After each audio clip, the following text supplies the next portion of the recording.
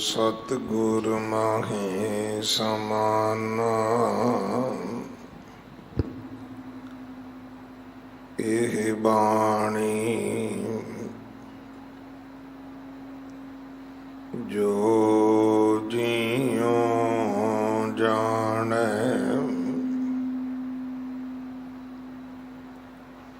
तिस अंतर रवै हर नाम बाणी गुरु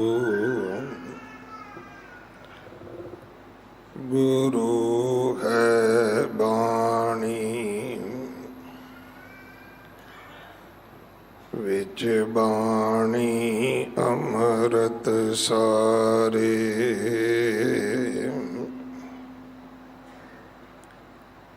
गुर बाणी कहे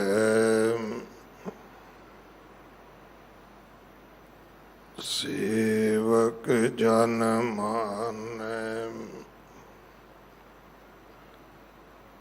परतख गुरु निस्तारे बाणी बिरलो विचारसी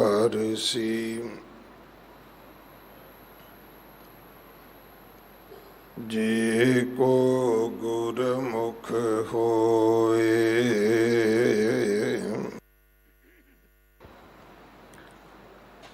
एह बाणी महापुरख की निज कर वासा होए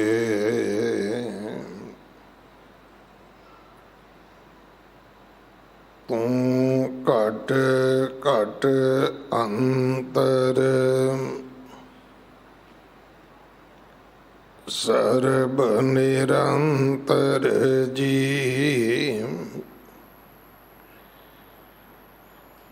हर एको पुरख समाना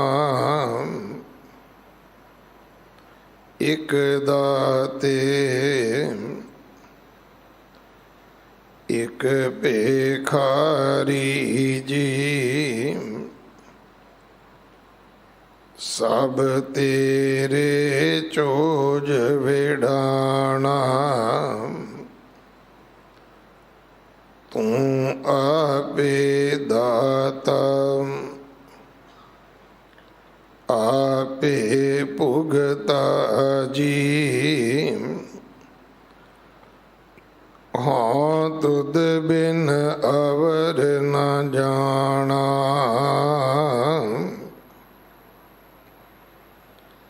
तू पार ब्रह्म बेअंत बेअंत जी तेरे क्या गुण आख वखाना जो से मैं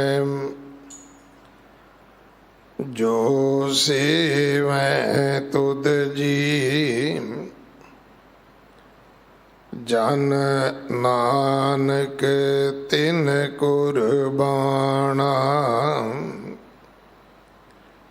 हर त्यावे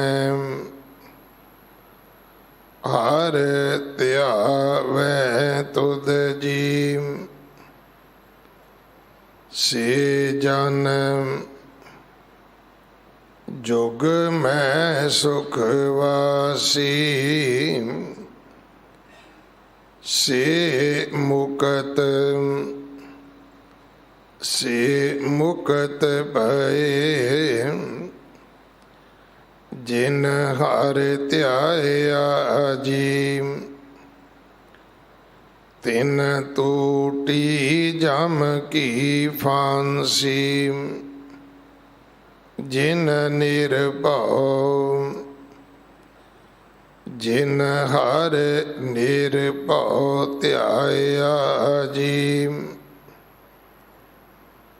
तिनका भव सब गवासी जिन सेविया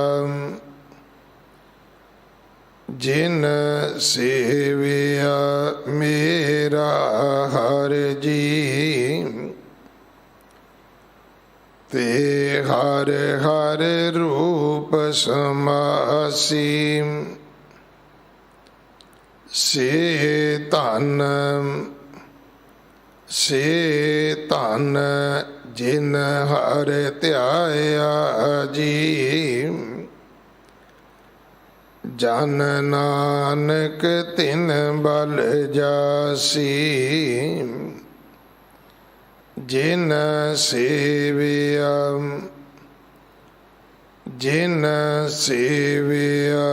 मेरा हर जी ते हर हर रूप समासी से धन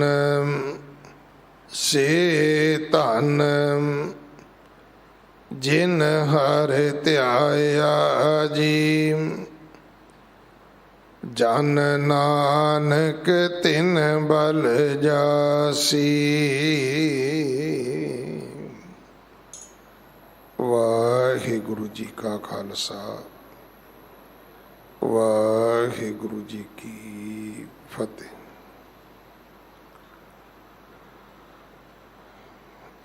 सोदर दी बाणी दे विचों राग आसा महला चौथा सो पुरख इस पावन शब्द दे दो बंद आप जी ने सरवण कीते हैं। इन्हां दी विचार भाई सरबजीत सिंह जी लुधियाने वाले आप जी नूं सरवण करवाउणगे।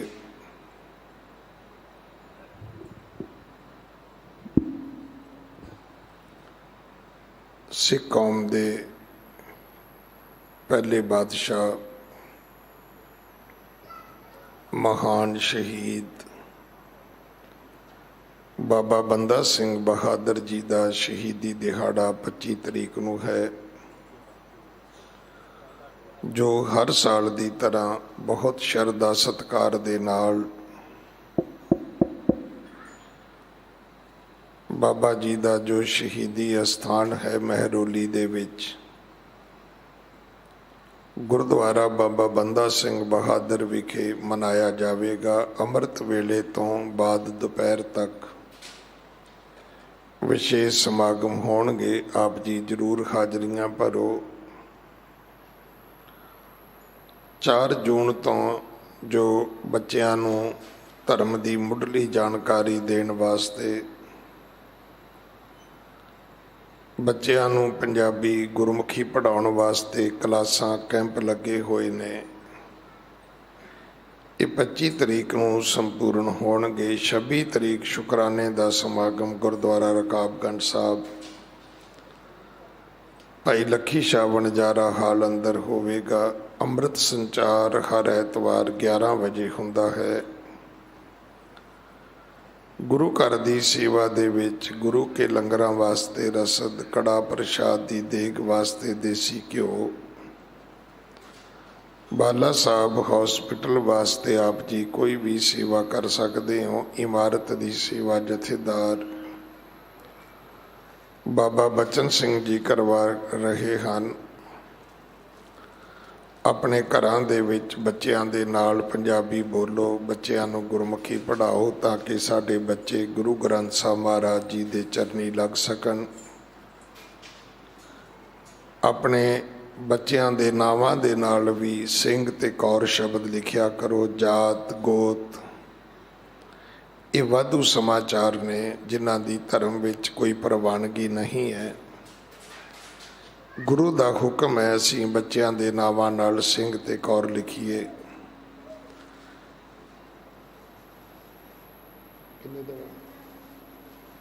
अगले समय वास्ते आप जी गुरबाणी विचार सरवण करो।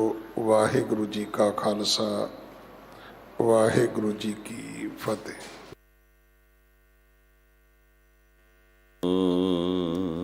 गुरु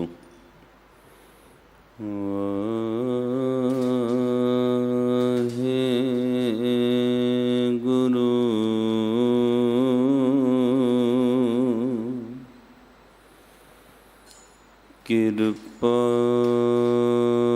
ਕਰੋ ਦੀਨ ਕੇ ਦਾਤਾ।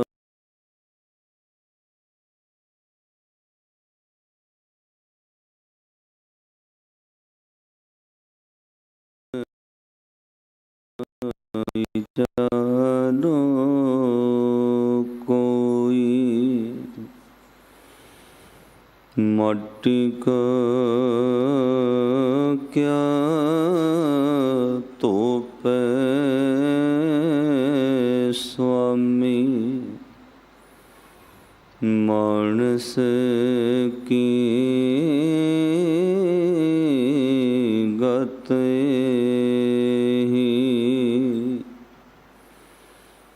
कोट पराध हमारे खंडो,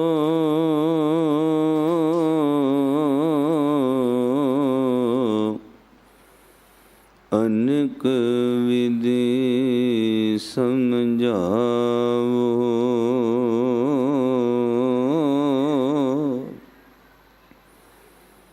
हम अज्ञान अल्प मत थोड़ी,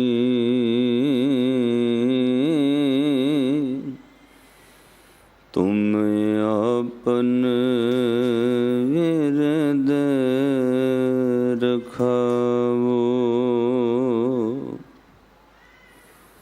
हम अज्ञान अल्प मत थोड़ी,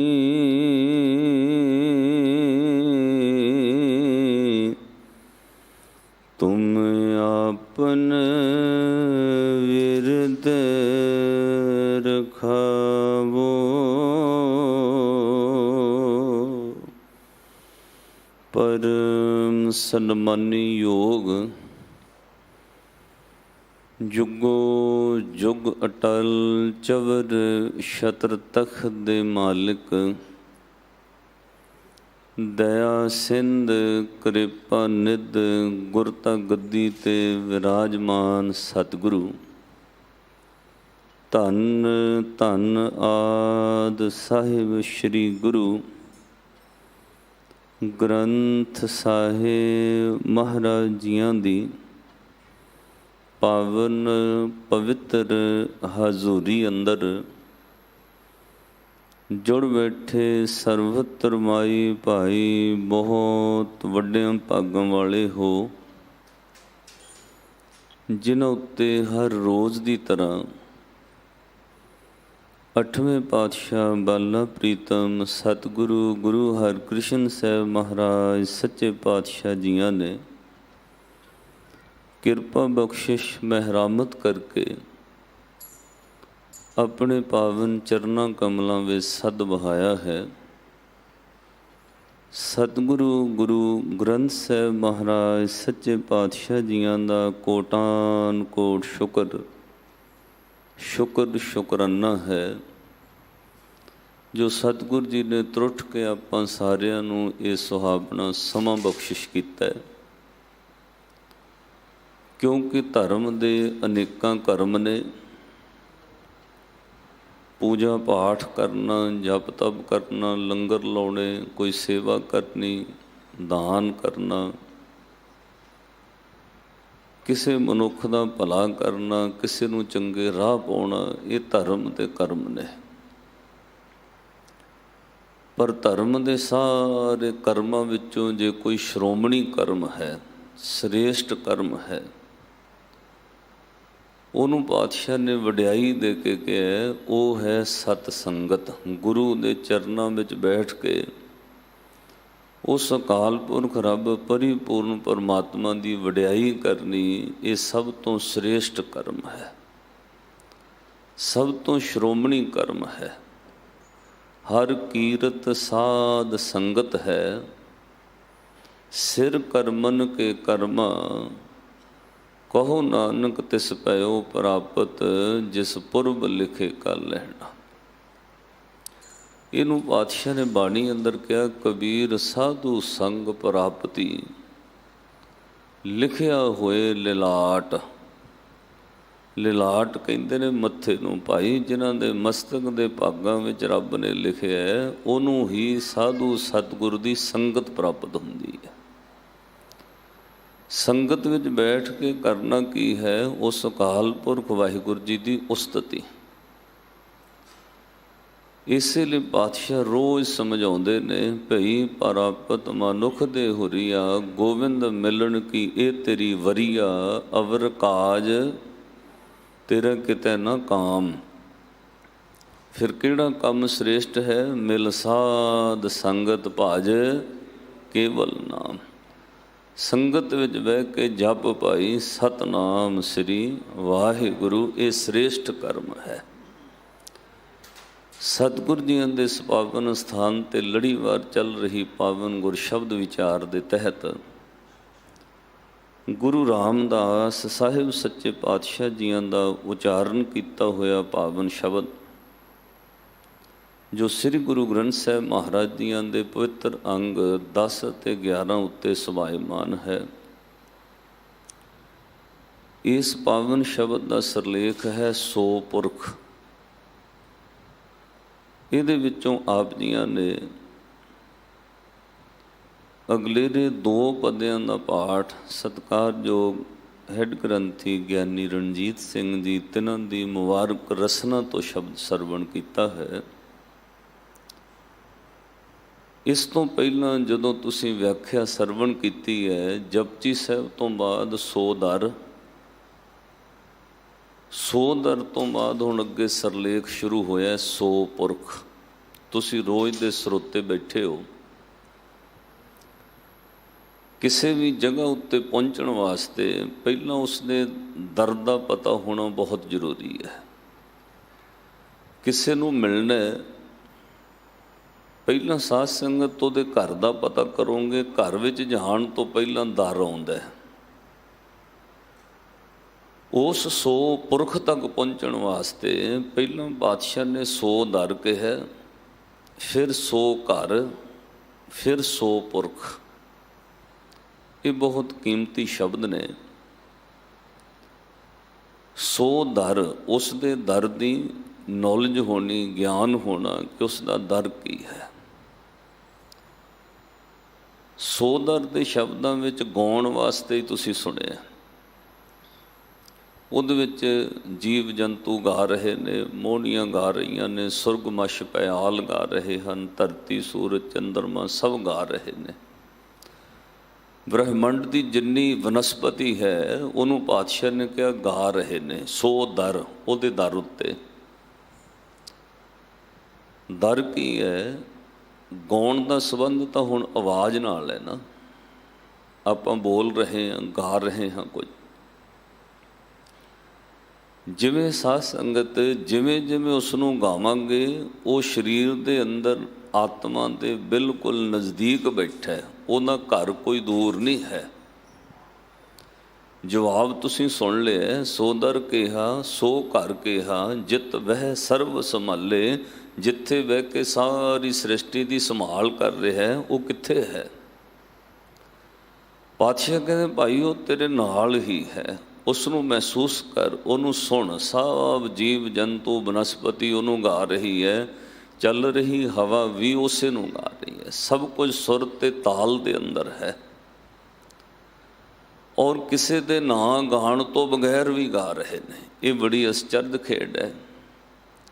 ਆਪਾਂ ਗਾ ਵੀ ਨਹੀਂ ਰਹੇ ਤਾਂ ਵੀ ਉਹ ਅਕਾਲ ਪੁਰਖ ਰੱਬ ਜਿਹੜਾ ਹੈ, ਸੋ ਪੁਰਖ ਜਿਹੜਾ ਹੈ, ਉਹ ਸਾਡੇ ਅੰਦਰ ਨਿਰੰਤਰ ਇੱਕ ਰਸ ਲਗਾਤਾਰ ਕੰਟੀਨਿਊ ਚੱਲ ਰਿਹਾ। ਇੱਕ ਉਦਾਹਰਨ ਕੱਲ੍ਹ ਵੀ ਮੈਂ ਸਵੇਰੇ ਸੀਸਗੰਜ ਸਾਹਿਬ ਤੋਂ ਕਹੀ। ਰਾਤ ਪੈਂਦੀ ਹੈ, ਆਰਾਮ ਕਰਨ ਲਈ ਸੌਂਦੇ ਹੋ, ਸਰੀਰ ਸੌਂ ਜਾਂਦਾ ਹੈ। ਸੁੱਤੇ ਬੰਦੇ ਦੀਆਂ ਅੱਖਾਂ ਬੰਦ ਨੇ, ਵੇਖ ਨਹੀਂ ਰਿਹਾ। ਅੱਖਾਂ ਸੌਂ ਸਕਦੀਆਂ ਨੇ। ਜ਼ੁਬਾਨ ਤੋਂ ਬੰਦ ਹੋ, ਜੀਭਾ ਸੁੱਤੀ ਹੈ। ਸੁੱਤੇ ਨੂੰ ਸੁਣਦਾ ਨਹੀਂ, ਕੰਨ ਸੁੱਤੇ ਨੇ। ਸੁੱਤਾ ਤੁਰ ਨਹੀਂ ਰਿਹਾ, ਸਰੀਰ ਸੁੱਤਾ ਹੈ।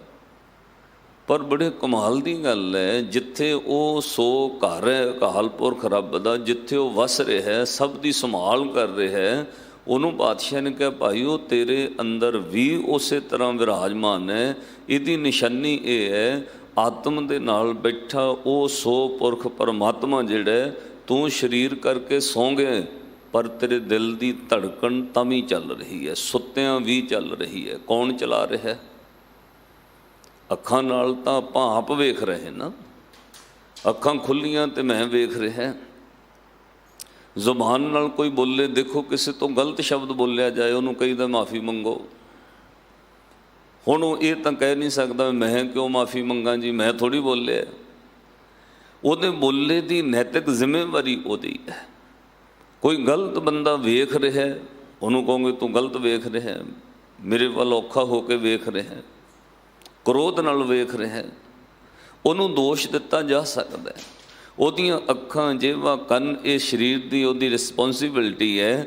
ਪਰ ਕਮਾਲ ਦੀ ਗੱਲ ਹੈ ਅੱਖਾਂ ਵੇਖਦੀਆਂ ਨਹੀਂ, ਜ਼ੁਬਾਨ ਬੰਦ ਹੈ, ਸਰੀਰ ਸੁੱਤਾ ਪਿਆ, ਦਿਲ ਨੂੰ ਕੌਣ ਚਲਾ ਰਿਹਾ?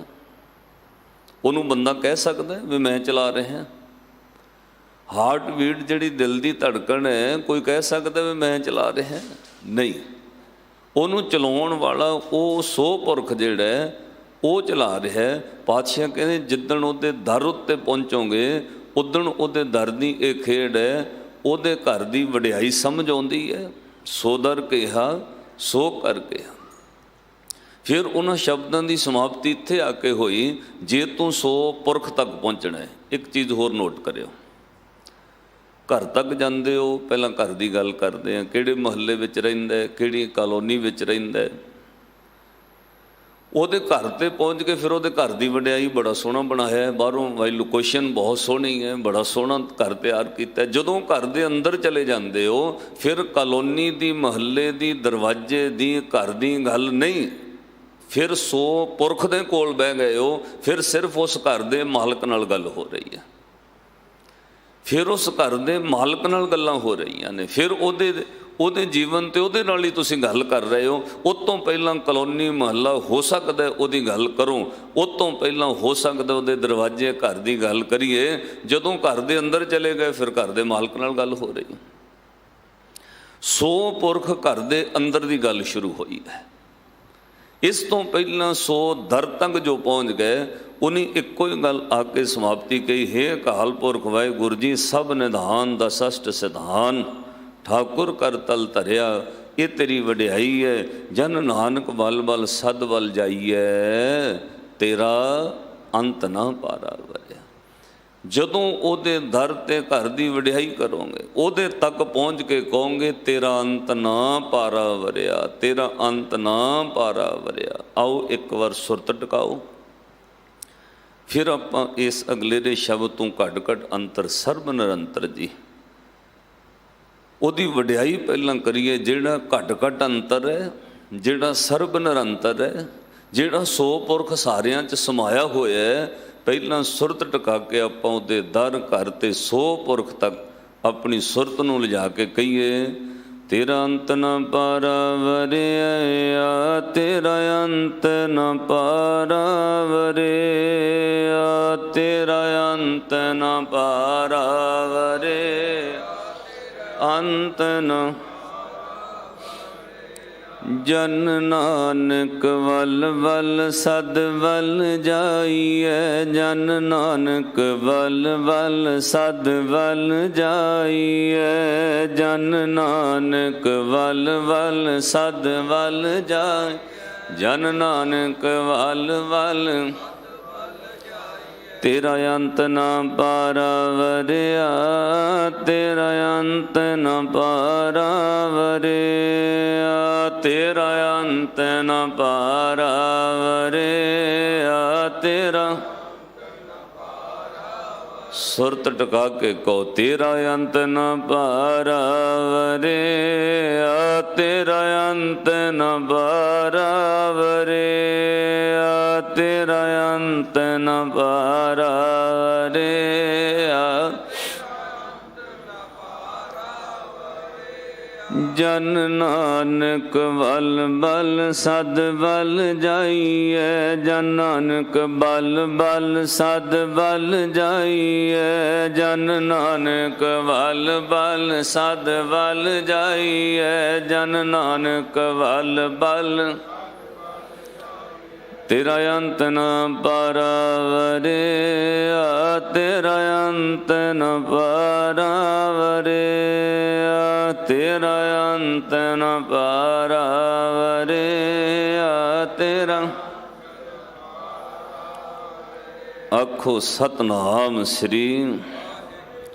ਉਹਦਾ ਅੰਤ ਪਾਰਾਵਾਰ ਕਿਉਂ ਨਹੀਂ ਹੈ? ਕਿਉਂਕਿ ਅੱਜ ਹਜ਼ੂਰ ਉਸ ਸੋ ਪੁਰਖ ਦੀ ਵਡਿਆਈ 'ਚ ਕਹਿੰਦੇ, ਤੂੰ ਘਟ ਘਟ ਅੰਤਰ ਸਰਬ ਨਿਰੰਤਰ ਜੀ। ਹੇ ਸੋ ਪੁਰਖ ਅਕਾਲ ਪੁਰਖ ਵਾਹਿਗੁਰੂ ਪਰਮੇਸ਼ਰ ਜੀ, ਤੁਸੀਂ ਘਟ ਘਟ ਦੇ ਵਿੱਚ ਰਮੇ ਹੋਏ ਹੋ, ਹਰ ਘਟ ਦੇ ਅੰਦਰ ਵਸੇ ਹੋਏ ਹੋ। ਘਟ ਘਟ ਮੈਂ ਹਰ ਜੂ ਵਸੈ, ਸੰਤਨ ਕਹਿਓ ਪੁਕਾਰ।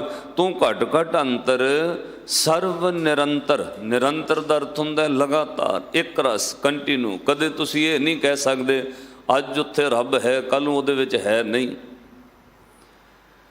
ਜਿਵੇਂ ਲਗਾਤਾਰ ਜਿੰਨੀ ਦੇਰ ਸਰੀਰ ਜਿਉਂਦਾ ਹੈ, ਦਿਲ ਦੀ ਧੜਕਣ ਹਾਰਟ ਬੀਟ ਚੱਲ ਰਹੀ ਹੈ, ਇੱਦਾਂ ਇੱਕ ਰਸ ਲਗਾਤਾਰ ਨਿਰੰਤਰ ਅਕਾਲ ਪੁਰਖ ਵਾਹਿਗੁਰੂ ਹਰ ਘਟ ਵਿੱਚ ਰਮਿਆ ਹੋਇਆ ਹੈ, ਹਰ ਥਾਂ 'ਤੇ ਰਮਿਆ ਹੋਇਆ ਹੈ। ਤੂੰ ਘਟ ਘਟ ਅੰਤਰ ਸਰਬ ਨਿਰੰਤਰ ਜੀ, ਹਰ ਏਕੋ ਪੁਰਖ ਸਮਾਣਾ। ਹੇ ਅਕਾਲ ਪੁਰਖ ਵਾਹਿਗੁਰੂ, ਤੇਰਾ ਕੋਈ ਦੂਜਾ ਰੂਪ ਨਹੀਂ ਹੈ, ਤੂੰ ਇੱਕ ਹੀ ਹੈ। ਤੇਰੇ ਕਈ ਰੂਪ ਜਾਣ ਕੇ ਲੋਕ ਤੈਨੂੰ ਪੂਜਾ ਕਰ ਰਹੇ ਨੇ, ਪਰ ਹੇ ਅਕਾਲ ਪੁਰਖ ਵਾਹਿਗੁਰੂ ਜੀ, ਤੁਸੀਂ ਇੱਕ ਹੀ ਹੋ, ਹਰ ਥਾਂ 'ਤੇ ਇੱਕ ਰੂਪ ਵਿੱਚ ਹੋ, ਇੱਕੋ ਹੀ ਪੁਰਖ ਹੋ। ਕਿੱਥੇ ਕਿੱਥੇ? ਇੱਕ ਦਾਤੇ ਇੱਕ ਭੇਖਾਰੀ ਜੀ, ਸਭ ਤੇਰੇ ਚੋਜ ਵਿਡਾਣਾ।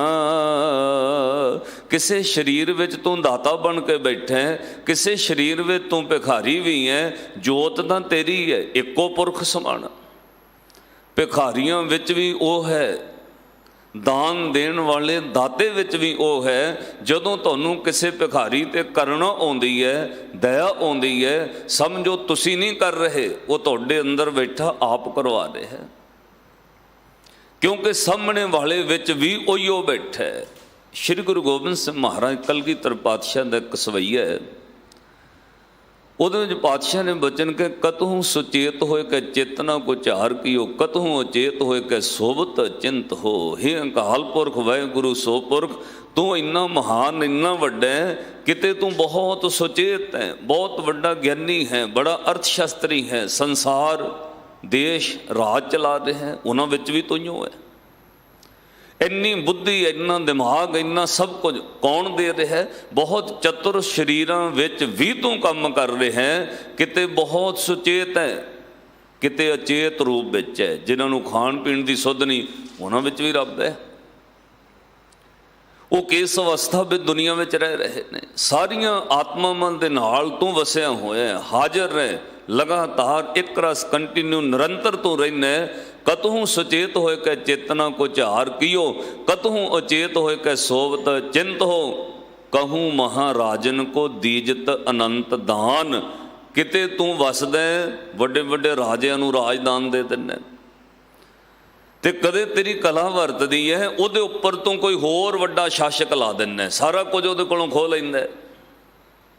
ਉਹ ਖੋਣ ਵਾਲਾ ਵੀ ਤੂੰ ਹੈ, ਪਹਿਲੇ ਨੂੰ ਰਾਜ ਦੇਣ ਵਾਲਾ ਵੀ ਤੂੰ ਹੈ। ਕਤਹੂ ਸੁਚੇਤ ਹੋਏ ਕਿ ਚੇਤਨਾ ਕੋ ਝਾਰ ਕੀਓ, ਕਤਹੂ ਅਚੇਤ ਹੋਏ ਕਿ ਸੋਵਤ ਚਿੰਤ ਹੋ। ਕਹੂੰ ਮਹਾਰਾਜਨ ਕੋ ਦੀਜਤ ਅਨੰਤ ਦਾਨ, ਕਹੂੰ ਮਹਾਰਾਜਨ ਸੇ ਸ਼ੀਨ ਛਿਤ ਲੇਤ ਹੋ। ਕਈਆਂ ਰਾਜਿਆਂ ਕੋਲੋਂ ਉੱਪਰ ਹੋਰ ਰਾਜਾ ਭੇਜ ਦਿੰਦੇ, ਉਹ ਸਭ ਕੁਝ ਖੋਹ ਲੈਂਦਾ। ਤੁਹਾਡੇ ਸਾਹਮਣੇ ਹੀ ਗੁਆਂਢੀ ਦੇਸ਼ ਕੀ ਹੋਇਆ, ਅਫਗਾਨ ਤੋਂ ਕੋਈ ਦੂਜੇ ਆਉਂਦੇ ਨੇ, ਉਹ ਖੋਹ ਲੈਂਦੇ ਨੇ, ਉਹ ਤੋਂ ਖੋਹ ਲੈਂਦੇ ਨੇ। ਇਸ ਤਰ੍ਹਾਂ ਸੰਸਾਰ ਵਿੱਚ ਚੱਲਦਾ ਰਹਿੰਦਾ। ਔਰ ਉਹ ਸਭ ਕੁਝ ਕੌਣ ਹੈ? ਅੱਗੇ ਪਾਤਸ਼ਾਹ ਨੇ ਬਚਨ ਕਹੇ, ਕਹਿੰਦੇ ਕਤਹੂ ਭਿਖਾਰੀ ਹੋਏ ਕੈ ਮੰਗਤ ਫਿਰਤ ਭੀਖ। ਬੜੀ ਕਮਾਲ ਦੀ ਗੱਲ ਹੈ, ਭੀਖ ਮੰਗਣ ਵਾਲੇ ਭਿਖਾਰੀਆਂ ਵਿੱਚ ਵੀ ਤੂੰ ਵਰਤ ਰਿਹਾ। ਔਰ ਸਾਹਮਣੇ ਦੇਣ ਵਾਲੇ ਦਾਨੀ ਦੇ ਅੰਦਰ ਵੀ ਤੂੰ ਵਰਤਦਾ ਤਾਂ ਉਹ ਦਾਨ ਦਿੰਦਾ। ਨਹੀਂ ਤਾਂ ਕਦੇ ਆਪਣੇ ਮਨ 'ਚ ਵਿਚਾਰ ਕਰਿਓ, ਤੁਹਾਡੀ ਗੱਡੀ ਦਾ ਸ਼ੀਸ਼ਾ ਨੋਕ ਕਰਦਾ ਰਹੇ, ਤੁਸੀਂ ਦਾਨ ਨਹੀਂ ਦਿੰਦੇ ਉਹਨੂੰ ਹੱਥ ਕੱਢ ਕੇ। ਜਦੋਂ ਤੁਹਾਡੇ ਅੰਦਰ ਦਇਆ ਪੈਦਾ ਕਰੇ ਰੱਬ, ਆਪ ਵਿੱਚੋਂ ਉਹ ਕਿਰਪਾ ਕਰੇ, ਫਿਰ ਉਹ ਬੋਲਦਾ, ਫਿਰ ਉਹ ਸਾਹਮਣੇ ਵਾਲੇ ਨੂੰ ਦਿੰਦਾ। ਇਹਦੇ ਵਿੱਚ ਸਾਧ ਸੰਗਤ ਦੇਣ ਵਾਲਾ ਮਾਣ ਹੰਕਾਰ ਕਰੇ, ਫਿਰ ਉਹਦੀ ਬਹੁਤ ਵੱਡੀ ਮੂਰਖਤਾ ਹੈ। ਜਦੋਂ ਸੋ ਪੁਰਖ ਤੱਕ ਪਹੁੰਚੋਗੇ, ਇਹ ਮੂਰਖਤਾ ਹੀ ਅੰਦਰ ਪੈਦਾ ਨਹੀਂ ਹੋਏਗੀ ਹਉਮੈ ਵਾਲੀ ਕਿ ਮੈਂ ਦੇ ਰਿਹਾ। ਸੋ ਪੁਰਖ ਤੱਕ ਪਹੁੰਚਣ ਦਾ ਭਾਵ ਹੈ ਹਰ ਕੀਤਾ ਹੋਇਆ ਕਰਮ ਕਹੋਗੇ ਉਹ ਕਰ ਰਿਹਾ, ਮੈਂ ਤੇ ਕਰ ਹੀ ਨਹੀਂ ਰਿਹਾ ਕੋਈ।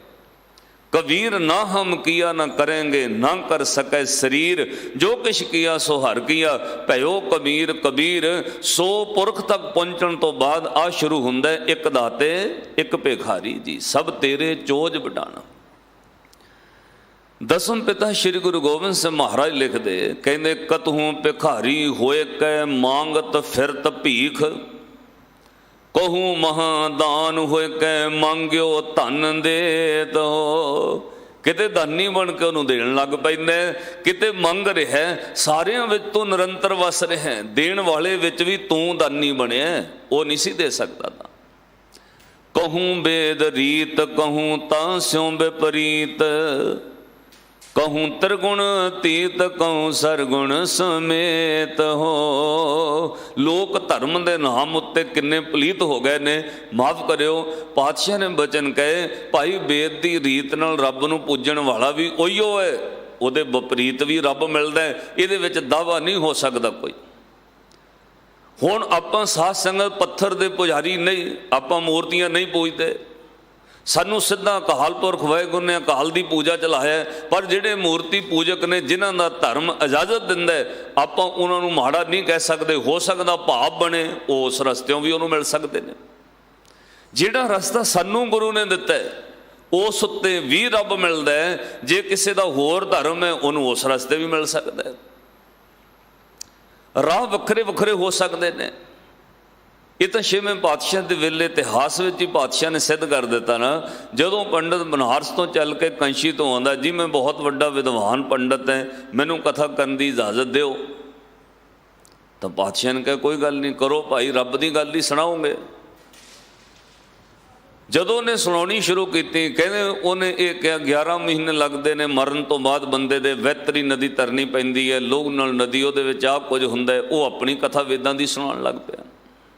ਇਸ ਲਈ 11 ਮਹੀਨਿਆਂ ਬਾਅਦ ਬਰਹੀਣਾ ਕਰਦੇ ਨੇ, ਦੀਵਾ ਜਗਾਉਂਦੇ ਨੇ, ਪੈਸਾ ਰੱਖਦੇ ਨੇ, ਛਤਰੀ ਦਾਨ ਕਰਦੇ ਨੇ, ਜੋੜਾ ਦਾਨ ਕਰਦੇ ਨੇ। ਮਰੇ ਪ੍ਰਾਣੀ ਨੂੰ ਰਸਤੇ 'ਚ ਲੋੜ ਪੈਂਦੀ ਹੈ। ਪਰ ਗੁਰੂ ਦੇ ਜਿਹੜੇ ਸਿੱਖ ਸਨ, ਉਹ ਸਾਹਮਣੇ ਬੈਠੇ ਹੱਸ ਰਹੇ ਸਨ, ਮੁਸਕਰਾ ਰਹੇ ਸਨ। ਪੰਡਤ ਜੀ ਨੂੰ ਥੋੜਾ ਸ਼ੰਕਾ ਹੋਇਆ। ਗੁਰੂ ਦਾ ਇੱਕ ਸਿੱਖ ਉੱਠ ਕੇ ਕਹਿੰਦਾ, ਪੰਡਤ ਜੀ 11 ਮਹੀਨੇ ਤਾਂ ਬਹੁਤ ਜ਼ਿਆਦਾ ਗੱਲ ਹੈ, ਮੈਂ ਤਾਂ 11 ਦਿਨਾਂ ਵਿੱਚ ਵੀ ਪਹੁੰਚ ਸਕਦਾ। ਇੱਕ ਸਿੱਖ ਹੋਰ ਉੱਠਿਆ, ਉਹ ਕਹਿੰਦਾ ਜੀ 11 ਦਿਨ ਕਾਹਦੇ, 11 ਮਿੰਟਾਂ 'ਚ ਪਹੁੰਚ ਜਾਂਗੇ ਅਸੀਂ ਤਾਂ। ਤੀਜਾ ਸਿੱਖ ਉੱਠਿਆ, ਉਹ ਕਹਿੰਦਾ 11 ਮਿੰਟ ਵੀ ਬਹੁਤ ਹੈ ਪੰਡਤ ਜੀ, ਇੱਕ ਪਲ ਵਿੱਚ ਅਸੀਂ ਰੱਬ ਕੋਲ ਦਰਗਾਹ 'ਚ ਪਹੁੰਚ ਜਾਈਦਾ, ਆਹ 11 ਮਹੀਨੇ ਸਾਨੂੰ ਨਹੀਂ ਲੱਗਦੇ।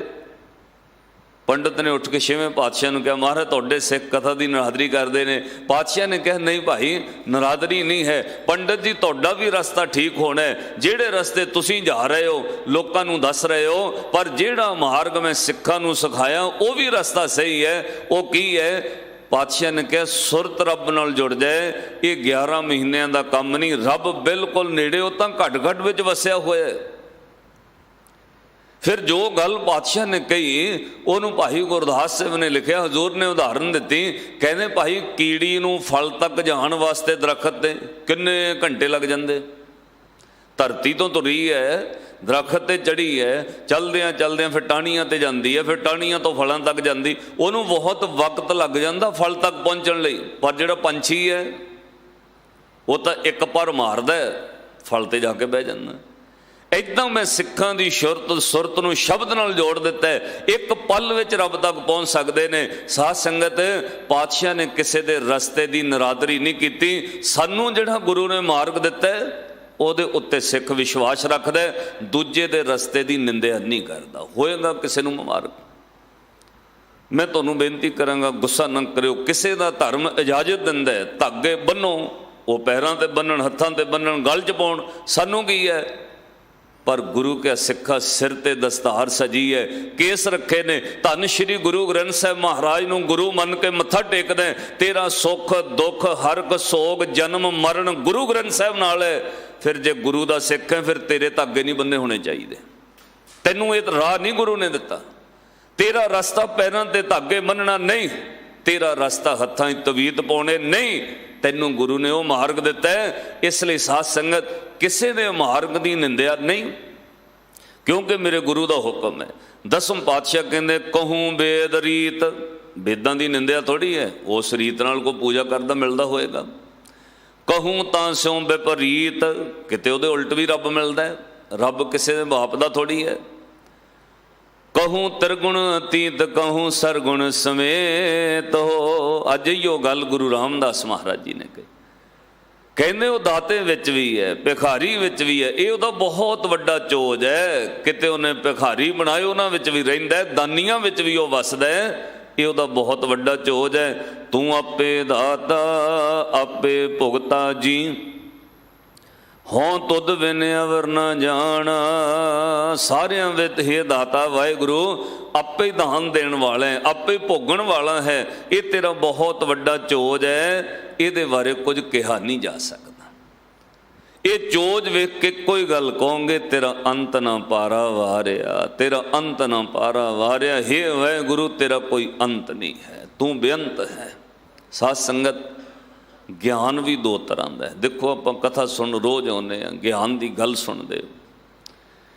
एक ज्ञान वो है जिहड़ा ज्ञान अपने आप को बचाना चाहता। वो इस तरह है जिवें कोई मकान ढट रहा होवे ते बाहरों बाहरों आपां सीमेंट का प्लस्तर कर दईए, पर वो बहुती देर रहने वाला नहीं है, अंदरों कमज़ोर है।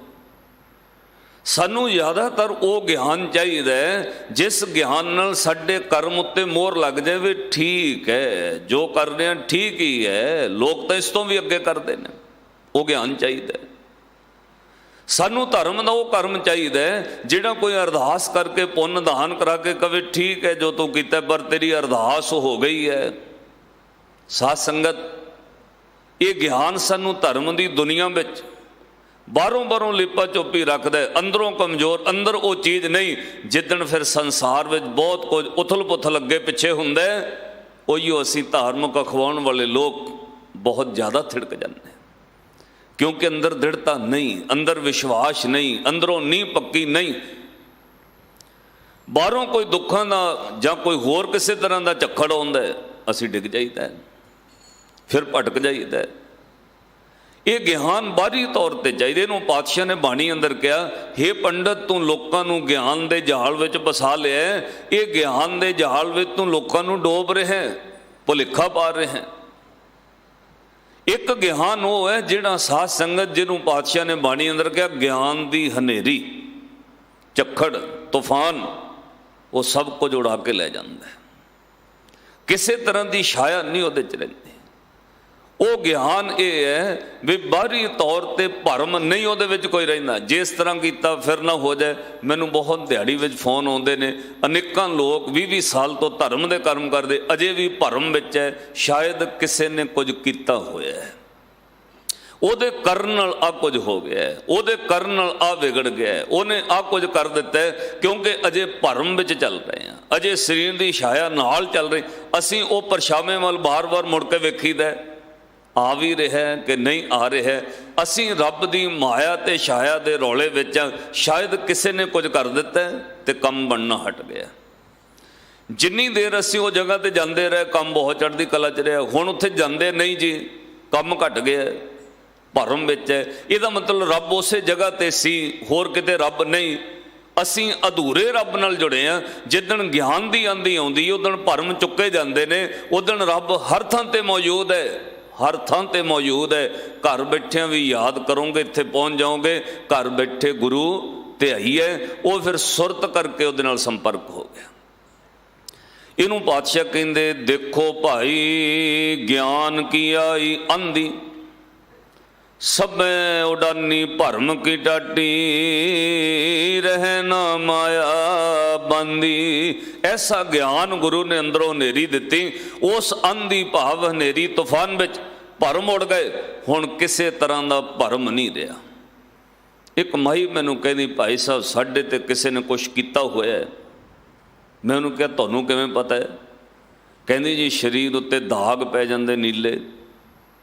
ਮੈਂ ਕਿਹਾ ਕਿਸੇ ਡਾਕਟਰ ਨਾਲ ਸਲਾਹ ਕਰੋ, ਹੋ ਸਕਦਾ ਕੋਈ ਸਕਿਨ ਦੀ ਪ੍ਰੋਬਲਮ ਹੋਵੇ, ਕੋਈ ਬਲੱਡ ਟੈਸਟ ਕਰਾਓ। ਕਹਿੰਦੇ ਨਹੀਂ ਨਹੀਂ ਭਾਈ ਸਾਹਿਬ, ਅਸੀਂ ਇੱਕ ਬਾਬੇ ਤੋਂ ਪੁੱਛਿਆ, ਲਾਲ ਬਾਬੇ ਤੋਂ, ਉਹ ਕਹਿੰਦਾ ਵੀ ਤੁਹਾਡੇ ਕਿਸੇ ਨੇ ਕੁਛ ਕਰਾ ਕੇ ਪਾਇਆ ਹੋਇਆ ਮੁਸਲਮਾਨ ਤੋਂ। ਮੈਂ ਉਹਨੂੰ ਕਿਹਾ ਵੀ ਜਿਹੜੇ ਬਾਬੇ ਤੋਂ ਪੁੱਛਿਆ ਉਹਦੇ ਕੋਲੋਂ ਇਲਾਜ ਵੀ ਪੁੱਛੋ ਫਿਰ। ਕਹਿੰਦੀ ਨਹੀਂ ਨਹੀਂ ਅਸੀਂ ਭਟਕਣਾ ਨਹੀਂ ਹੈ ਭਾਈ ਸਾਹਿਬ, ਉੱਦਾਂ ਤਾਂ ਅਸੀਂ ਰਾਧਾ ਸਵਾਮੀਆਂ ਦਾ ਨਾਮ ਭਜਨ ਲਿਆ। ਮੈਂ ਉਹਨੂੰ ਕਿਹਾ ਲੈ ਹੁਣ 2-3 ਤਾਂ ਹੋ ਗਏ, ਤੀਜਾ ਤੂੰ ਮੇਰੇ ਕੋਲੋਂ ਪੁੱਛ ਰਹੀ, ਇਹਦਾ ਮਤਲਬ ਇੱਕ ਜਗ੍ਹਾ ਤੇ ਵਿਸ਼ਵਾਸ ਹੈ ਹੀ ਨਹੀਂ ਕਿਤੇ। ਜਿੰਨੀ ਦੇਰ ਇੱਕ ਤੇ ਸਥਿਰਤਾ ਵਿਸ਼ਵਾਸ ਟਿਕਾਓ, ਅੰਦਰ ਉਹ ਗਿਆਨ ਦੀ ਆਂधी ਨਹੀਂ ਆਉਂਦੀ, ਉਨੀ ਦੇਰ ਭਟਕਦੇ ਰਹੋਗੇ ਭਰਮ ਵਿੱਚ। ਮੇਰੇ ਕੋਲੋਂ ਪੁੱਛ ਕੇ ਫਿਰ ਕਿਸੇ ਹੋਰ ਕੋਲੋਂ ਪੁੱਛੋਗੇ, ਇਹ ਕੰਮ ਰੁਕਣ ਵਾਲਾ ਨਹੀਂ ਜਿੰਨੀ ਦੇਰ ਤੁਹਾਨੂੰ ਗਿਆਨ ਨਹੀਂ ਪਤਾ ਲੱਗਦਾ। ਜਿੱਦਣ ਤੁਸੀਂ ਗੁਰੂ ਦੇ ਗਿਆਨ ਤੇ ਪਹੁੰਚ ਗਏ, ਉਦਣ ਇੱਕੋ ਹੀ ਪੰਕਤੀ ਗੁਰੂ ਗ੍ਰੰਥ ਸਾਹਿਬ ਮਹਾਰਾਜ ਦੇ ਪਹਿਲੇ ਅੰਗ ਤੋਂ ਹੀ ਸਮਝ ਆ ਜਾਏਗੀ ਕਿ ਹੁਕਮ ਅੰਦਰ ਸਭ ਕੋ, ਬਾਹਰ ਹੁਕਮ ਨਾ ਕੋਏ। ਫਿਰ ਇਹਦੀ ਕੀ ਵਿਆਖਿਆ ਕਰੋਗੇ? ਇਹ ਗਿਆਨ ਦਾ ਉਹ ਸ਼ਿਖਰ ਹੈ ਜਿੱਥੇ ਸਭ ਕੁਝ ਉਹਦੇ ਹੁਕਮ ਵਿੱਚ ਹੈ, ਕਿਸੇ ਭਰਮ ਵਿੱਚ ਪੈਣ ਦੀ ਲੋੜ ਨਹੀਂ। ਹਾਂ, ਉਹ ਅਕਾਲ ਪੁਰਖ ਵਾਹਿਗੁਰੂ ਦਾ ਨਾਮ ਬਹੁਤ ਸ਼ਕਤੀਸ਼ਾਲੀ ਹੈ, ਉਹ ਤੇਰੇ ਦੁੱਖਾਂ ਨੂੰ ਸੁੱਖਾਂ 'ਚ ਕਨਵਰਟ ਕਰ ਸਕਦਾ ਹੈ, ਪਰ ਹੋਰ ਕਿਸੇ ਭਰਮ ਵਿੱਚ ਨਾ ਪੈ। ਜਿੱਥੇ ਕੋਈ ਚੀਜ਼ ਕੰਮ ਨਾ ਆਵੇ ਉੱਥੇ ਵਾਹਿਗੁਰੂ ਦਾ ਨਾਮ ਕੰਮ ਆਉਂਦਾ ਹੈ। ਉਹਨੂੰ ਚਿੱਤ ਜੋੜ ਕੇ ਪ੍ਰੇਮ ਨਾਲ ਕਹਿ, ਹਰੀ ਕਹਿ, ਵਾਹਿਗੁਰੂ ਕਹਿ, ਰਾਮ ਕਹਿ, ਅੱਲਾ ਕਹਿ, ਗੋਬਿੰਦ ਕਹਿ, ਗੋਪਾਲ ਕਹਿ, ਰੱਬ ਦਾ ਨਾਮ ਪ੍ਰੇਮ ਨਾਲ ਕਹਿ। ਰੱਬ ਦੀ ਭਾਸ਼ਾ ਪ੍ਰੇਮ ਹੈ, ਉਹਨੂੰ ਪ੍ਰੇਮ ਨਾਲ ਚੇਤੇ ਕਰੋ। ਰੱਬ ਨਾਲ ਗੱਲ ਕਰਨ ਦਾ ਕੋਈ ਤਰੀਕਾ, ਭਾਖਿਆ ਭਾਓ ਅਪਾਰ, ਉਹਦੀ ਭਾਸ਼ਾ ਪ੍ਰੇਮ ਹੈ, ਉਹਨੂੰ ਪ੍ਰੇਮ ਨਾਲ ਵਾਹਿਗੁਰੂ ਵਾਹਿਗੁਰੂ ਜਪੋ। ਇਸ ਤਰ੍ਹਾਂ ਸੰਸਾਰ ਵਿੱਚ ਭਰਮ ਰਹਿੰਦਾ ਹੈ, ਔਰ ਜਦੋਂ ਉਹ ਗਿਆਨ ਮਿਲਦਾ ਹੈ ਫਿਰ ਪਾਤਸ਼ਾਹ ਕਹਿੰਦੇ ਭਰਮ ਕੀ ਟੱਟੀ ਉੜ ਜਾਂਦੀ ਹੈ। ਦੇਖੋ ਭਾਈ ਗਿਆਨ ਕੀ ਆਈ ਆਂਦੀ, ਪੜੋ ਸਭੈ ਉਡਾਨੀ, ਭਰਮ ਕੀ ਟਾਟੀ ਰਹਿ ਨਾ ਮਾਇਆ ਬੰਦੀ। ਫਿਰ ਤੈਨੂੰ ਨੌਲੇਜ ਮਿਲ ਜਾਣੀ, ਗਿਆਨ ਮਿਲਣਾ, ਮਾਇਆ ਨੇ ਨਹੀਂ ਤੈਨੂੰ ਬੰਨਿਆ, ਤੂੰ ਉਹਦੇ ਨਾਲ ਵੱਜ ਗਿਆ। ਮਾਇਆ ਨੇ ਥੋੜੀ ਤੈਨੂੰ ਬੰਨਿਆ ਹੋਇਆ। ਦੇਖੋ ਸਾਧ ਸੰਗਤ, ਇਹਦਾ ਕੋਈ ਸੰਬੰਧ ਨਹੀਂ ਹੈ ਵੀ ਕੋਈ ਬੰਦਾ ਕਰੋੜਾਂਪਤੀ ਹੈ, ਕੋਈ ਕੰਗਾਲ ਹੈ। ਮਾਇਆ ਦਾ ਇਹਦੇ ਨਾਲ ਕੋਈ ਸੰਬੰਧ ਨਹੀਂ। ਹੋ ਸਕਦਾ ਕੰਗਾਲ ਬੰਦਾ ਵੀ ਮਾਇਆ 'ਚ ਵੱਜਿਆ ਹੋਵੇ, ਹੋ ਸਕਦਾ ਕਰੋੜਾਂ ਵਾਲਾ ਵੀ ਮਾਇਆ ਤੋਂ ਛੁੱਟ ਜਾਏ। ਕਿਵੇਂ? ਤੁਹਾਡੇ ਹੱਥ ਵਿੱਚ ਕੰਕਰ ਵੀ ਹੋ ਸਕਦਾ ਹੈ, ਤੁਹਾਡੇ ਹੱਥ ਦੇ ਅੰਦਰ ਕੋਹੇ ਨੂਰ ਹੀਰਾ ਵੀ ਹੋ ਸਕਦਾ ਹੈ। ਗੱਲ ਤਾਂ ਆਪਣੇ ਮੁੱਠ ਬੰਦ ਕਰਨ ਦੀ ਹੈ ਨਾ, ਗੱਲ ਤੇ ਉਹਨੂੰ ਛੱਡਣ ਦੀ। ਹੋ ਸਕਦਾ ਕਿਸੇ ਨੇ ਕੰਕਰ ਪਕੜ ਕੇ 20 ਹੱਥ ਬੰਦ ਕੀਤਾ ਹੋਵੇ, ਤੇ ਹੋ ਸਕਦਾ ਹੀਰਾ ਪਕੜਨ ਤੋਂ ਬਾਅਦ ਵੀ ਉਹ ਛੱਡਦਾ ਹੈ। ਪਾਤਸ਼ਾਹ ਨੇ ਬਾਣੀ ਅੰਦਰ ਵਚਨ ਕਿਹਾ, ਬਾਂਦਰ ਨੂੰ ਕੁੱਜੇ ਨੇ ਥੋੜੀ ਫੜਿਆ ਹੋਇਆ ਹੈ, ਬਾਂਦਰ ਨੇ ਖੁਦ ਕੁੱਜੇ ਨੂੰ ਪਕੜ ਲਿਆ, ਇਸੇ ਲਈ ਉਹ ਫਸ ਗਿਆ। ਹੁਣ ਉਹ ਹੱਥ ਚੰਨਿਆਂ ਨਾਲ ਭਰਿਆ ਛੱਡਣਾ ਨਹੀਂ ਚਾਹੁੰਦਾ। ਉਹਨੂੰ ਇੰਜ ਪ੍ਰਤੀਤ ਹੁੰਦਾ ਜਿਵੇਂ ਕੁੱਜੇ ਨੇ ਬਾਂਦਰ ਨੂੰ ਪਕੜ ਲਿਆ ਹੋਵੇ। ਉਹ ਤੜਫਦਾ, ਕੁੱਜੇ ਨੇ ਬਾਂਦਰ ਨੂੰ ਪਕੜਿਆ ਨਹੀਂ, ਬਾਂਦਰ ਨੇ ਕੁੱਜੇ ਨੂੰ ਪਕੜ ਲਿਆ। ਕਿਉਂ? ਉਹਨੇ ਹੱਥ ਬੰਦ ਕਰ ਲਿਆ। ਤੂੰ ਗੁਰੂ ਦੇ ਵੱਲੋਂ ਸੁਰਤ ਬੰਦ ਕਰਕੇ ਸੰਸਾਰ ਨੂੰ ਪਕੜੀ ਬੈਠ, ਮਾਇਆ ਨੇ ਤੈਨੂੰ ਨਹੀਂ ਪਕੜਿਆ, ਤੂੰ ਖੁਦ ਮਾਇਆ ਨੂੰ ਪਕੜ ਲਿਆ। ਇਸੇ ਲਈ ਪਾਤਸ਼ਾਹ ਕਹਿੰਦੇ ਨੇ ਭਾਈ ਛੱਡਣ ਵਿੱਚ ਹੀ ਸੁੱਖ ਹੈ, ਛੱਡ ਕੇ ਵੇਖ ਤੂੰ ਸੁਖੀ ਹੋ ਜਾਏਗਾ। ਤੁਹਾਡੀ ਜ਼ਿੰਦਗੀ ਦਾ ਤਜਰਬਾ ਰਹਿਣਾ, ਕਿੰਨੇ ਵੀ ਕਲੇਸ਼ ਝਗੜੇ ਮਨ ਚ ਉਥਲ ਪੁਥਲ ਹੋਵੇ, ਇੱਕ ਸ਼ਬਦ ਦਿਲੋਂ ਕਹਿ ਦਿਓ ਵੀ ਸੌਰੀ ਗਲਤੀ ਹੋ ਗਈ, ਕਿੰਨੇ ਸੌਖੇ ਹੋ ਜਾਂਦੇ ਹੋ। ਛੱਡਣ ਤੋਂ ਬਾਅਦ ਕਿੰਨਾ ਸਕੂਨ ਹੋ ਗਿਆ। ਤੁਸੀਂ ਸਭ ਦਲੀਲਾਂ ਛੱਡ ਦਿੱਤੀਆਂ ਨੇ, ਕੋਈ ਦਲੀਲ ਦੇਣ ਦੀ ਲੋੜ ਨਹੀਂ। ਮੈਂ ਤਾਂ ਇਸ ਤਰ੍ਹਾਂ ਸੀ ਜੀ, ਇਸ ਤਰ੍ਹਾਂ ਕਿਹਾ ਸੀ, ਸਭ ਦਲੀਲਾਂ ਦੀ ਕੋਈ ਗੱਲ ਮੁੱਕੇਗੀ। ਘੰਟਿਆਂ ਵੱਧੀ ਝਗੜੇ ਤੋਂ ਬਾਅਦ ਕੱਲ ਕਿੱਥੇ ਮੁੱਕਦੀ ਹੈ? ਸਿਆਣਾਪੁਰ ਕਹਿੰਦਾ ਛੱਡੋ ਯਾਰ, ਮਾਫੀ ਮੰਗ ਲਓ। ਛੱਡ ਯਾਰ ਕੀ ਗੱਲ ਹੈ, ਗਲਤੀ ਮੰਨ ਲਾ। ਛੱਡਣ ਵਿੱਚ ਹੀ ਸੁੱਖ ਹੈ। ਜਦੋਂ ਕਹੇਗਾ ਛੱਡੋ ਪਰੇ, ਇਹਦਾ ਮਤਲਬ ਛੱਡਣ ਵਿੱਚ ਹੀ ਝਗੜਾ ਨਿਬੜਦਾ ਹੈ, ਅਦਰਵਾਈਜ਼ ਝਗੜਾ ਨਿਬੜੇਗਾ ਨਹੀਂ। ਇਹੋ ਗੱਲ ਪਾਤਸ਼ਾਹ ਨੇ ਕਹੀ, ਮਰਕਟ ਮੁਸ਼ਟੀ ਅਨਾਜ ਕੀ ਮਨ ਬੋਰਾ ਰੇ। ਮਰਕਟ ਕਹਿੰਦੇ ਬਾਂਦਰ ਨੂੰ, ਲੀਨੀ ਹਾਥ ਪਸਾਰ ਛੁੱਟਨ ਕੋ ਸੈਸਾ ਪਰਿਆ ਮਨ ਬੋਰਾ ਰੇ। ਨਾਚਿਓ ਘਰ ਘਰ ਵਾਰ। उस बंदर की तरह तुम ही नच रहा है। क्यों? माया ने तेनों नहीं फड़िया, तू उन्होंने फड़ लिया, माया ने नहीं तेनों पकड़िया होया। जदों गुरु का वो ज्ञान आता है, जिन्हों कह देखो भाई ज्ञान की आई आंधी सभै उडानी भरम की टाटी रह ना माया बंदी। फिर जिहड़ा दो चित्तापन है ना, जे मैं इनू ना बुलाया मेरा काम ना बिगड़ जाए, जे मैं उत्थे ना गया मेरा आ ना हो जाए, ये दो चित्तापन है। एक ते स्थिरता होएगी, फिर दोए चित्ते की दोए थून गरानी, कोई दो चित्तापन नहीं। वे इस तरह ना होया तो की हो जाएगा, जो बंदे हो जाए की हो जाएगा। साध संगत जिन्होंने एक ते दृढ़ता रखी वो चरखड़ियां ते चढ़ गए, उन्हें अपना आप घटा लिया। जिस साध संगत खालसा पंथ के पहले बादशाह का दिन तुसी मनाने जा रहे हो, बाबा बंदा सिंह बहादुर साहब, उन्होंने कदे फरुखशीर कहता है जे तू मन जाए तेरा बच्चा भी बच सकता है, तू भी बच जाएगा, तेरा राज भी बचिया रह जाए। दस तेनों किहड़े इलाके का राज दे देने। हुण वो राज करन वाला अपने राज का सुख छड्ड रहा है, क्योंकि जिहड़ी चीज़ मिल जाए उन्होंने छड्डना बहुत औखा है। राज मिलिया नहीं, उन्होंने छड्डण च की है, जदों मिलिया ही नहीं तो वह सुआद ही रस ही कोई नहीं है। वो छड्डण की गल कवे, जिन्हों मिलिया ही नहीं वो छड्डण की की गल कहेगा। जिन्हों राज मिलिया भोगिया उन्होंने कहा जा रहा है तैनू राज दे देने, वेख ला तेरा बच्चा भी बच जाएगा, तू भी बच जाएगा। पर कितनी दृढ़ता होएगी भी जो तुसीं करना कर सकते, वो दृढ़ता कितनी वड्डी होएगी, कितना अंदरों विवेक बुद्ध होएगी। दुचित्तापन कितना खत्म हो गया। वो कादे नाल? देखो भाई ज्ञान की आई आंधी, गुरु के ज्ञान नाल दोए चित्ते की दोए थून गरानी।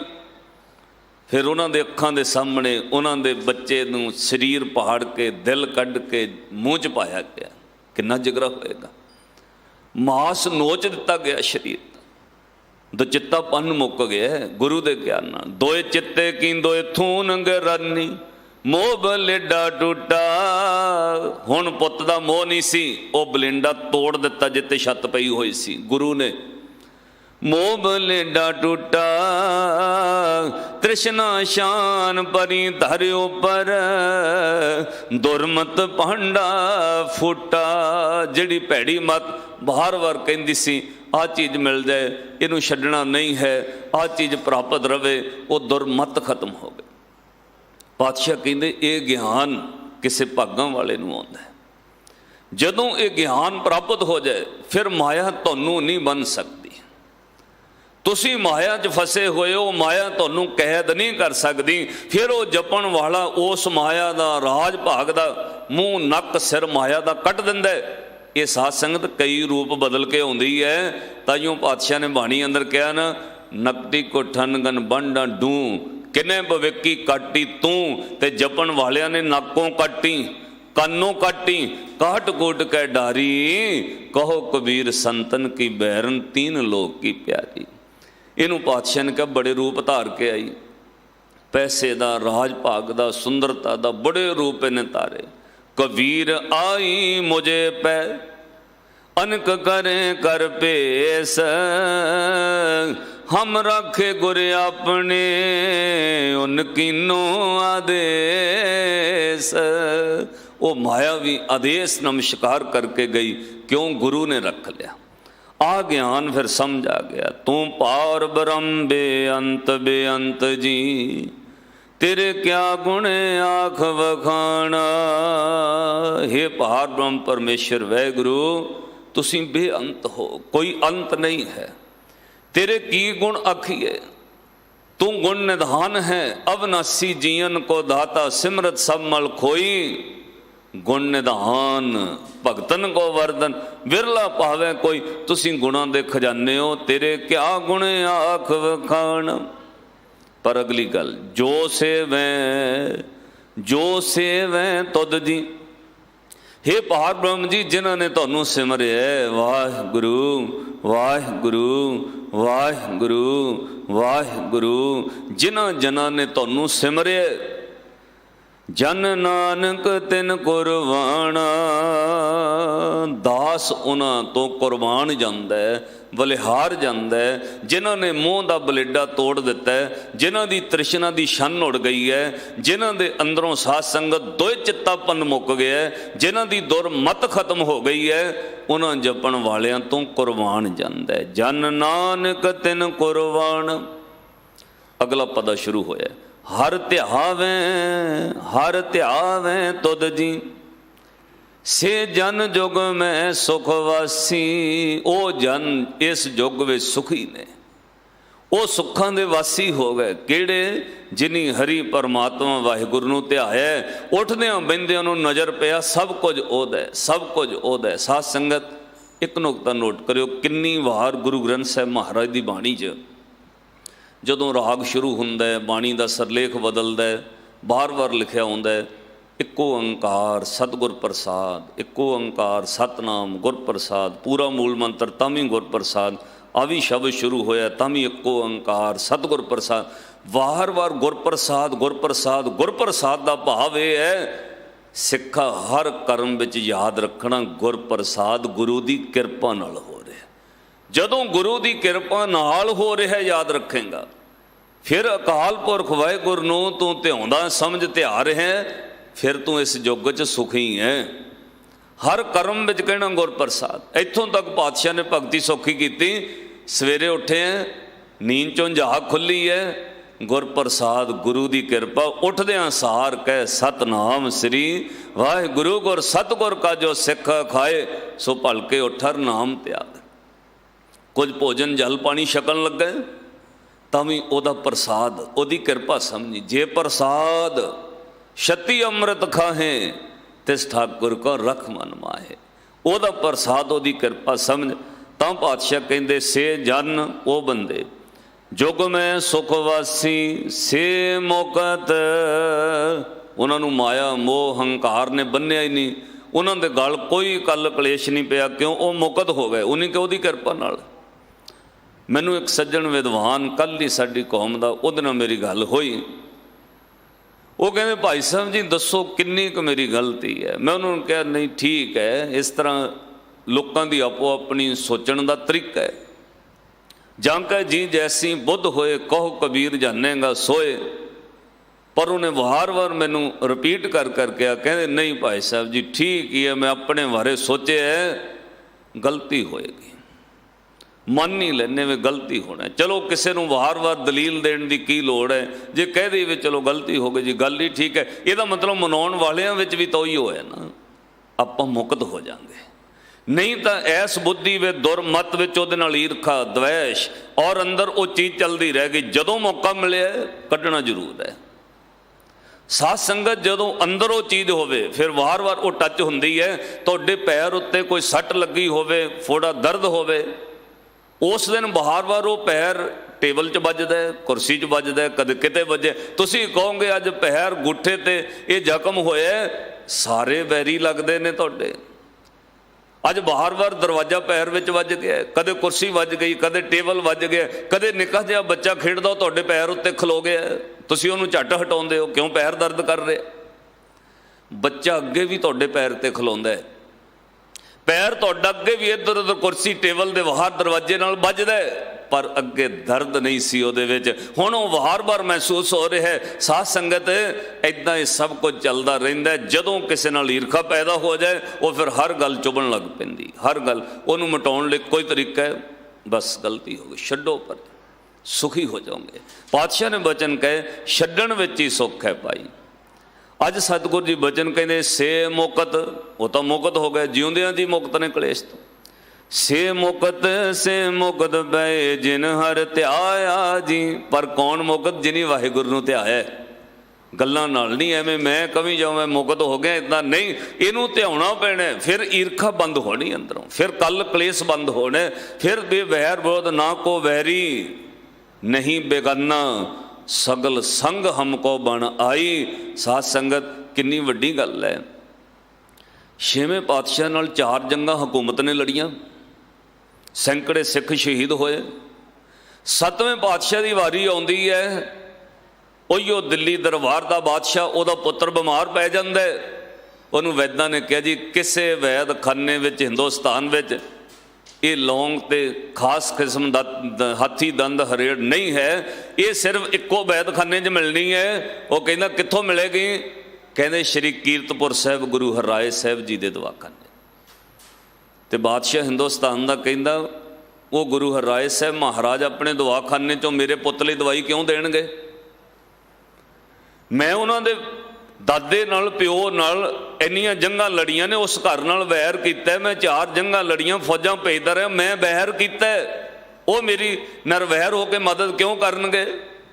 ਦੱਸਣ ਵਾਲੇ ਨੇ ਕਿਹਾ ਗੁਰੂ ਨਾਨਕ ਦਾ ਘਰ ਨਿਰਵੈਰ ਹੈ, ਉਹਦਾ ਕਿਸੇ ਨਾਲ ਵੈਰ ਨਹੀਂ ਹੈ। ਰਾਜਨ ਮੰਗ ਕੇ ਵੇਖ, ਇੱਕ ਵਾਰ ਵੀ ਚਤਾਰਿਆ ਨਹੀਂ ਜਾਏਗਾ ਵੀ ਤੂੰ ਸਾਡੇ ਫੌਜ ਭੇਜਦਾ ਰਿਹਾ ਬਈ। ਜਦੋਂ ਉਹਨੇ ਬੇਨਤੀ ਪੱਤਰ ਭੇਜਿਆ, ਪਾਤਸ਼ਾਹ ਨੇ ਉਸੇ ਵਕਤ ਕਿਹਾ ਭਾਈ ਇਹ ਖਾਸ ਕਿਸਮ ਦੀ ਦਵਾਈ ਇਸੇ ਵਕਤ ਹਿੰਦੁਸਤਾਨ ਦੇ ਰਾਜੇ ਨੂੰ ਪਹੁੰਚਾਈ ਜਾਏ। ਕਿਉਂ? ਉਹਦਾ ਪੁੱਤ ਖਤਰੇ ਵਿੱਚ ਹੈ। ਉਸੇ ਵਕਤ ਦਵਾਈ ਗੁਰੂ ਦੇ ਘਰੋਂ ਭੇਜੀ ਗਈ। ਕਿਉਂ? ਇਹ ਨਿਰਵੈਰ ਕਰ ਰਿਹਾ, ਇੱਥੇ ਚਤਾਰਿਆ ਨਹੀਂ ਜਾਂਦਾ, ਇੱਥੇ ਮੁਕਤ ਕੀਤੇ ਜਾਂਦੇ ਨੇ। ਸੇ ਮੁਕਤ ਬੈ ਜਿਨ ਹਰ ਧਿਆਇਆ ਜੀ, ਤਿੰਨ ਟੂਟੀ ਜਮ ਕੀ ਫਾਸੀ। ਜਿਨ੍ਹਾਂ ਦਾ ਵੈਰ ਨਹੀਂ ਫਿਰ ਉਹ ਨਿਰਭਉ ਵੀ ਹੋ ਗਏ। ਜਿਨ ਨਿਰਭਉ ਜਿਨ ਹਰ ਨਿਰਭਉ ਧਿਆਇਆ ਜੀ, ਤਿਨ ਕਾ ਭਉ ਸਭ ਗਵਾਸੀ। ਜਿਨ੍ਹਾਂ ਨੇ ਨਿਰਭਉ ਨੂੰ ਜਪਿਆ, ਨਿਰਭਉ ਜਪਿਆ, ਸਗਲ ਭਉ ਮਿਟੇ, ਉਹਨਾਂ ਨੂੰ ਫਿਰ ਕਿਸੇ ਦਾ ਭਉ ਨਹੀਂ ਰਿਹਾ। ਇਹ ਨਹੀਂ ਵੀ ਅੱਜ ਉਹਦੀ ਮਦਦ ਕੀਤੀ ਕੱਲ੍ਹ ਨੂੰ ਫਿਰ ਨਾ ਖਰਾਬ ਕਰੇ, ਨਹੀਂ। ਪਾਤਸ਼ਾਹ ਕਹਿੰਦੇ ਨੇ ਉਹਦਾ ਰੱਬ ਉੱਤੇ ਟੁੱਟ ਵਿਸ਼ਵਾਸ ਹੈ, ਉਹ ਫਿਰ ਨਿਰਭਉ ਹੋ ਗਿਆ, ਭਉ ਤੋਂ ਰਹਿਤ ਹੋ ਗਿਆ। ਅੱਗੇ ਸਾਹਿਬ ਕਹਿੰਦੇ ਜਿਨ ਸੇਵਿਆ ਮੇਰਾ ਹਰ ਜੀ, ਤੇ ਹਰ ਹਰ ਰੂਪ ਸਮਾਸੀ। ਉਹ ਤਾਂ ਸੇਵਦਿਆਂ ਉਹਦਾ ਰੂਪ ਹੋ ਗਏ, ਉਸ ਰੱਬ ਵਿੱਚ ਹੀ ਸਮਾ ਗਏ, ਉਸ ਸੋ ਪੁਰਖ ਦੇ ਵਿੱਚ ਸਮਾ ਗਏ। ਉਹਨਾਂ ਨੂੰ ਫਿਰ ਪਾਤਸ਼ਾਹ ਨੇ ਪਤਾ ਕੀ ਕਿਹਾ? ਕਹਿੰਦੇ ਸੇ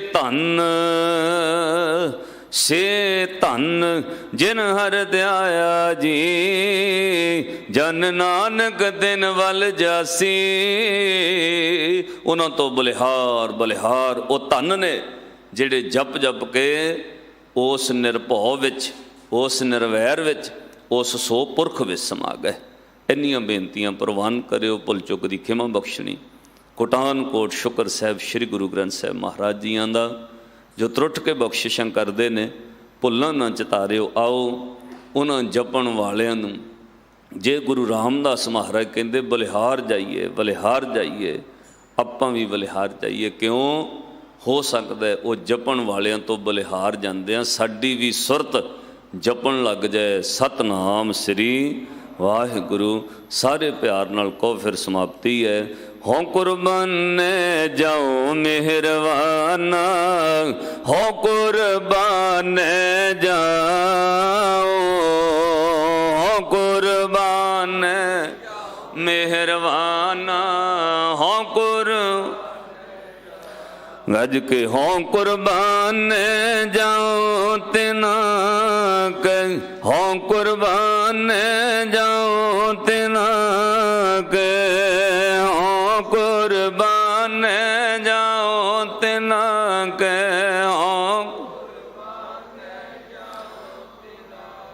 ਲੈਣ ਜੋ ਤੇਰਾ ਨਾਮ, ਲੈਣ ਜੋ ਤੇਰਾ